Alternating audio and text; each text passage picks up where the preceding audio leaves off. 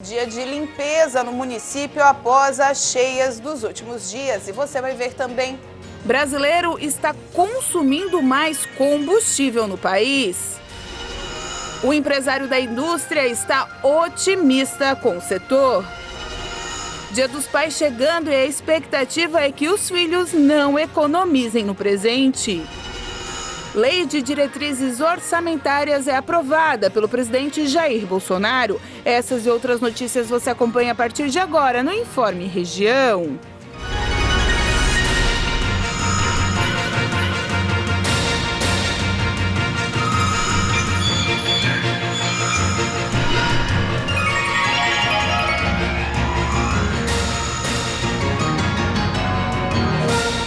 Olá, hoje quinta-feira, 11 de agosto de 2022. Tempo firme em Santa Catarina, sem previsão de chuva para os próximos dias. Criciúma amanheceu contando os estragos após a passagem do ciclone extratropical no final de semana. O prefeito de Criciúma, Clésio Salvaro, decretou situação de emergência no município para auxiliar nos estragos causados pelas chuvas que assolaram intensamente a região desde o último sábado. Criciúma registrou 168 milímetros de chuva nos primeiros 11 dias de agosto, sendo que o esperado para todo o mês era 120 milímetros. O decreto é uma medida administrativa que nós adotamos, o decreto de situação de emergência na cidade de Criciúma. Eu posso dizer que desde 2010, 2011, quando nós desassoreamos aqui o Rio Sangão e outros tantos rios da cidade de Criciúma, nós não tivemos mais problema, exceto há 3 meses atrás, que a comunidade do Sangão ela sofreu, mas outras comunidades que sofreram agora, que foram brutalmente atingidas, como a comunidade de Monte Castelo, a Vila Francesa, o bairro Imperatriz e outros bairros de Criciúma, sofreram muito, porque o volume de chuva foi significativo. Choveu muito, principalmente aqui na Serrinha, aqui na comunidade do Rio Ex-Patrimônio, aonde nasce o Rio Sangão. Nem todos os serviços que nós fizemos, como o piscinão na cabeceira do Rio Maina, não foi suficiente para conter as águas. É claro que também tivemos outros serviços que deram bons resultados, como por exemplo, não tivemos inundação na área central de Criciúma, graças ao canal auxiliar. Nós não tivemos no bairro São Luís, onde também fizemos um grande canal. Nós não tivemos na Quarta Linha, nós não tivemos na Próspera. Infelizmente, esta comunidade aqui ela foi muito atingida. A gente lamenta muito. A equipe da prefeitura está à disposição, estamos trabalhando, lavando, limpando, vamos distribuir cestas básicas, material de limpeza. A chuva intensa dos últimos dias fez com que 45 famílias deixassem suas residências na cidade. Além disso, mais de 300 famílias foram afetadas nos bairros que registraram alagamentos.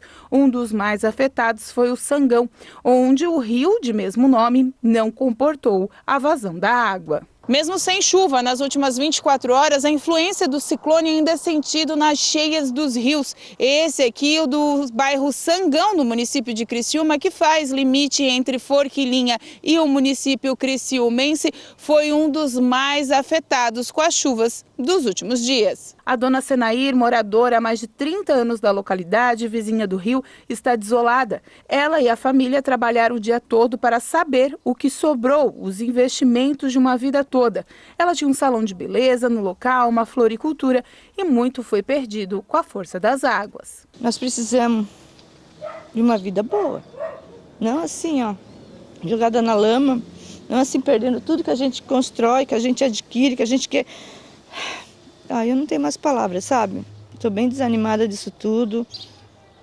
É triste. Agora, além do decreto da situação de emergência, o prefeito trabalha junto com o governo do estado para conseguir mais auxílio para os afetados e conseguir também a liberação junto ao Ministério Público para desassorear o rio. E o consumo de combustíveis no Brasil cresceu no primeiro semestre do ano. Um estudo mostrou que a expansão do consumo das famílias estão entre os fatores que contribuíram para o resultado. Um raio-x do comércio do diesel, gasolina e etanol hidratado, feito por uma pesquisa inédita da Stonex, revelou que os combustíveis derivados do petróleo registraram altas de 2,51% das vendas nos primeiros 6 meses do ano, quando comparado com o primeiro semestre de 2021. O levantamento apontou que a demanda por combustíveis no Brasil se mostrou aquecida, com o volume alcançando 68 milhões de metros cúbicos, o maior valor dos últimos 6 anos para o período. As vendas acumuladas do diesel passaram de 30 milhões de metros cúbicos, batendo o recorde da série histórica. O Sudeste seguiu como principal consumidor do produto, totalizando quase 12 milhões de metros cúbicos consumidos, uma alta de 13,5% quando comparado com o primeiro semestre de 2021.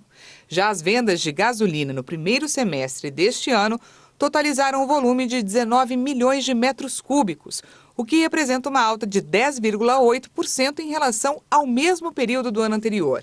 E as vendas de etanol no período foram de quase 8 milhões de metros cúbicos. Teve início nesta semana a campanha nacional de vacinação contra a poliomielite e multivacinação. O foco é vacinar crianças menores de 5 anos contra a polio e também a chamada paralisia infantil. E atualizar, claro, a caderneta de vacinação de menores de 15 anos contra outras doenças. Segundo o Ministério da Saúde, cerca de 40 mil postos de vacinação estarão abertos para aplicar as doses das 18 vacinas previstas pelo calendário nacional para esse público.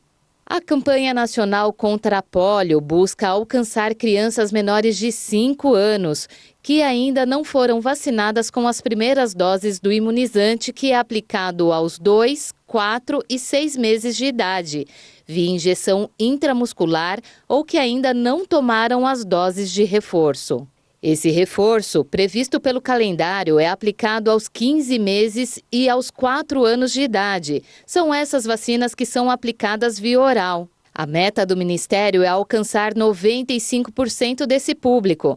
No caso da campanha de multivacinação, o Programa Nacional de Imunizações espera atualizar o esquema para crianças e adolescentes menores de 15 anos. As vacinas que estarão disponíveis nos postos de vacinação são contra a meningite, pneumonia, rotavírus, febre amarela, sarampo, cachumba, rubéola, varicela, HPV, difteria, meningite, entre outras. A seguir, Cocal do Sul também analisa estragos das chuvas dos últimos dias.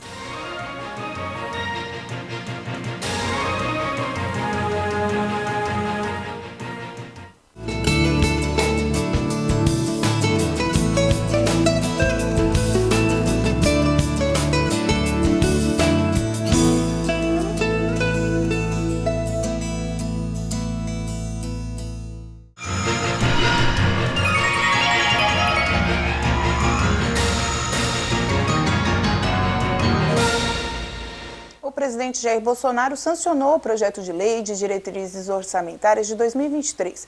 A proposta estabelece as orientações para a elaboração do orçamento do próximo ano. Bolsonaro sancionou a Lei de Diretrizes Orçamentárias de 2023, que dá as bases para a formulação do orçamento do próximo ano. A proposta inclui as previsões de receitas e despesas e a meta fiscal. A sanção já foi publicada no Diário Oficial da União. A lei estabelece quais vão ser as metas e prioridades para o próximo ano e fixa o valor dos recursos que o governo pretende economizar, traçar regras, vedações e limites para as despesas dos poderes. Também autoriza o aumento dos custos com pessoal, regulamenta as transferências aos setores públicos e privados, além de disciplinar o equilíbrio entre as receitas e as despesas e indicar as prioridades para os financiamentos pelos bancos públicos. O governo vetou alguns trechos do projeto, aprovado pelo Congresso Nacional no dia 12 de julho. Um documento publicado pela OMS revelou que 1 a cada 3 pessoas desenvolverá um distúrbio neurológico em algum momento da sua vida. Para tentar reverter essa situação, a entidade reforçou a importância da otimização da saúde do cérebro. A tendência é que as doenças ligadas ao cérebro passem a ser a segunda principal causa de morte no mundo nos próximos anos. Além disso, o documento mostrou que mais de 40% das crianças menores de 5 anos que vivem em países de baixa e média renda perdem seu potencial de desenvolvimento intelectual devido à extrema pobreza e atraso no crescimento. Para tentar contornar a situação enquanto é tempo, a organização reforçou os benefícios conquistados com a otimização da saúde do cérebro, que envolvem a redução de impactos mentais, físicos e do uso de substâncias, bem como melhor qualidade de vida e múltiplos benefícios sociais e econômicos. A entidade reforça que precisa existir uma colaboração que envolva todos os setores da sociedade humana com abordagens focadas, prevenção, diagnóstico, tratamento e cuidados. A cartilha de recomendações inclui melhorias na compreensão da neurofisiologia relacionada ao desenvolvimento e saúde do cérebro e a compreensão da estrutura, função e desenvolvimento de doenças neurológicas. Por fim, a organização sugeriu um investimento em melhorias para monitorar as intervenções realizadas e a busca por dados representativos sobre o desenvolvimento cerebral e distúrbios neurológicos pelos países. Em coletiva realizada na sede do TRE de Santa Catarina, em Florianópolis, a cúpula da instituição recebeu a imprensa para tirar as principais dúvidas, como propaganda eleitoral, segurança das urnas e as novidades das eleições que ocorrem no dia 2 de outubro. As eleições ocorrem no Brasil de 2 em 2 anos. E a principal dúvida que o cidadão tem na hora de exercer seu direito é: onde fica o local de votação? Esta questão foi um dos pontos abordados pelo Tribunal Regional Eleitoral de Santa Catarina em entrevista coletiva realizada na manhã desta terça-feira, na sede da instituição em Florianópolis. Na ocasião, o diretor regional do TRE anunciou que a Justiça Eleitoral desenvolveu uma nova ferramenta que pretende facilitar a vida do eleitor. Então, o e-título é mais uma solução onde o documento se tornou digital, o título eleitoral, que contém todas as informações e auxilia muito no processo eleitoral. O debate sobre a segurança da urna eletrônica e a garantia da legitimidade do processo de votação estimulou uma alteração no processo de auditoria feita pelo TRE, que, por ser uma audiência pública, pode ser acompanhado por qualquer cidadão que tenha interesse. Como funciona a votação paralela?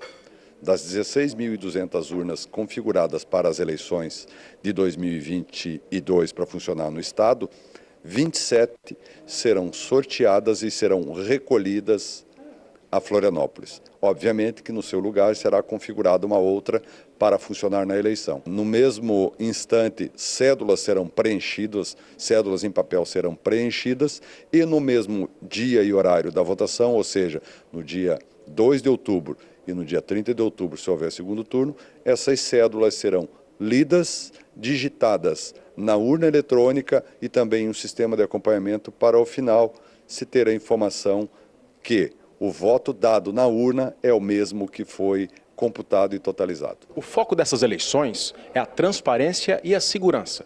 Por isso, o TRE vai auditar 27 urnas eletrônicas no dia da eleição, 2 de outubro, no hall da Assembleia Legislativa. A confiança do empresário da indústria subiu e já atinge o maior patamar em um ano. Os dados foram divulgados pela Confederação Nacional da Indústria. O índice de confiança do empresário industrial registrou um avanço de 2 pontos neste mês de agosto, atingindo 59,8 pontos. O resultado representa o maior nível do indicador desde agosto do ano passado, quando o índice chegou a 63,2 pontos. Em julho, o registro foi de 57,8 pontos. A Confederação Nacional da Indústria considera que a alta no indicador é reflexo das expectativas do empresário em relação à economia brasileira. Para a CNI, a recuperação econômica dos últimos meses e a desoneração de itens que afetam a produção, como é o caso dos combustíveis e da energia elétrica, foram importantes para impulsionar os negócios.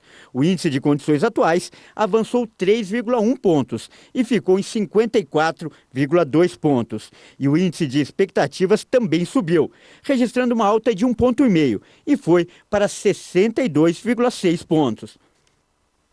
O município de Cocal do Sul não teve grandes estragos com as chuvas, mas algumas comunidades acabaram sendo afetadas por problemas nas estradas. Diante das fortes chuvas causadas pelo ciclone extratropical, desde sábado, a Prefeitura de Cocal do Sul, por meio da Secretaria de Infraestrutura, iniciou um trabalho paliativo para recuperar as estradas de lajota, asfalto e, principalmente, as vias de interior. A operação Tapa Buracos foi iniciada na manhã desta quinta-feira. Agora nós vamos fazer um paliativo para recuperar as estradas, tanto na parte do AJ como asfalto e principalmente nas estradas do interior. Foi graças ao nosso trabalho da infraestrutura junto com a Defesa Civil, a administração municipal, que graças a Deus, com todas essas chuvas que deu, nenhuma rua ficou obstruída, teve poucos danos, nenhuma casa teve que ser realocada, nenhuma família ficou desabrigada. Então isso é um trabalho preventivo que nós fizemos. Agora nós vamos focar num paliativo, que é a Operação Tapa Buracos na cidade e no interior.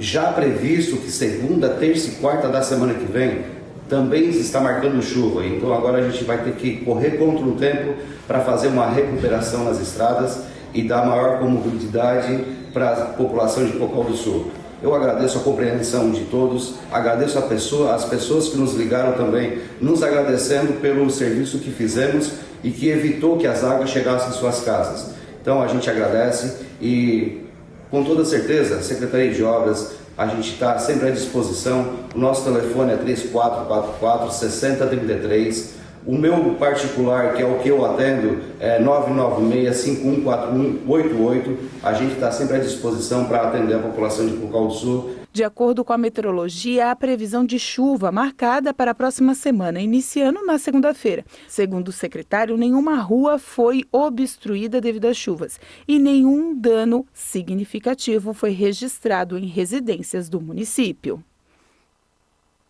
A seguir, PEC de repasse de ICMS para a educação foi aprovada na Alesc.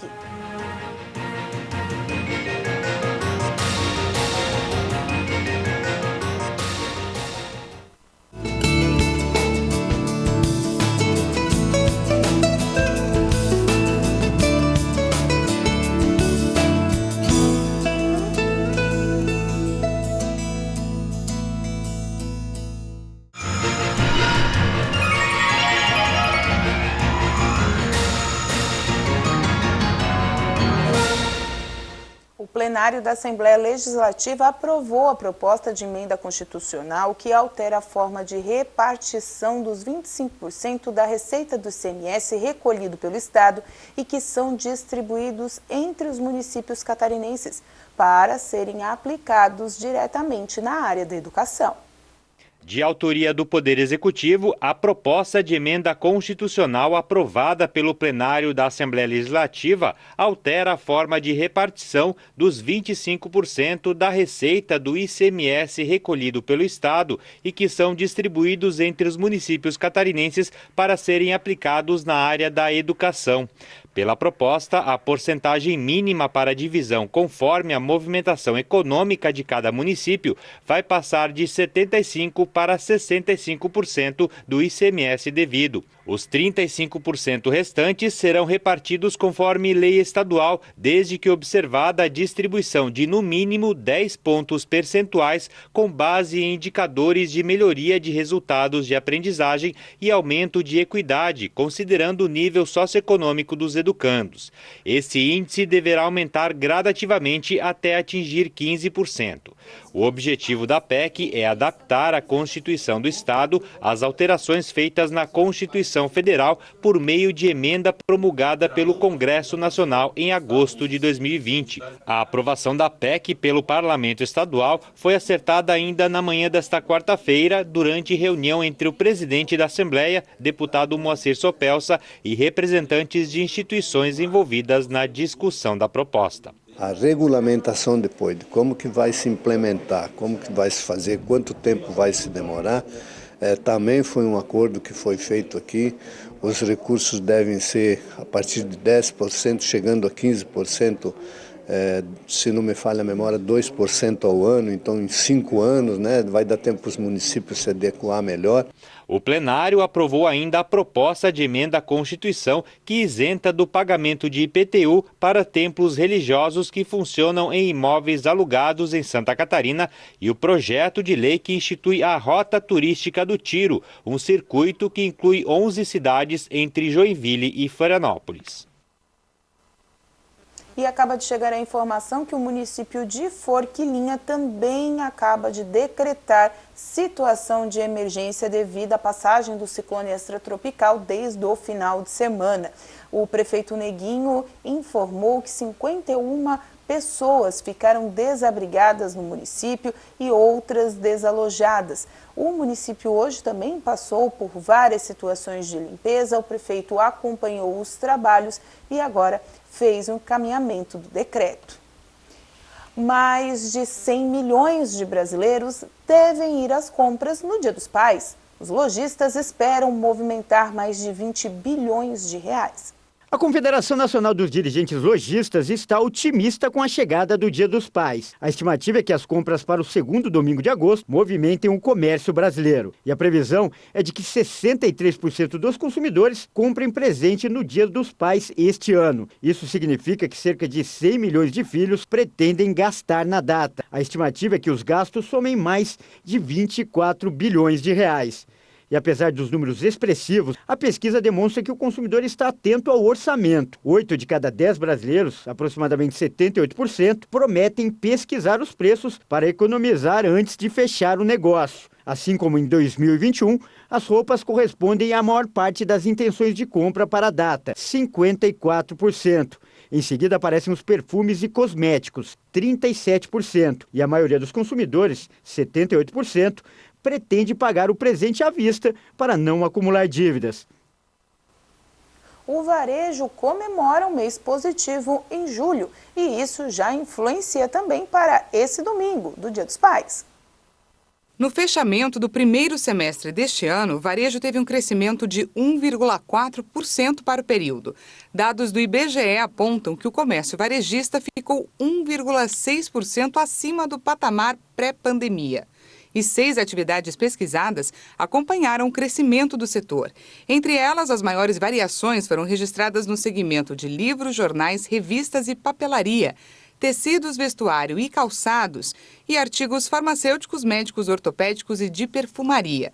Somente 2 atividades tiveram queda: móveis e eletrodomésticos e outros artigos de uso pessoal e doméstico. Segundo o IBGE, o volume de vendas do comércio varejista no semestre foi positivo, mesmo com uma queda em junho.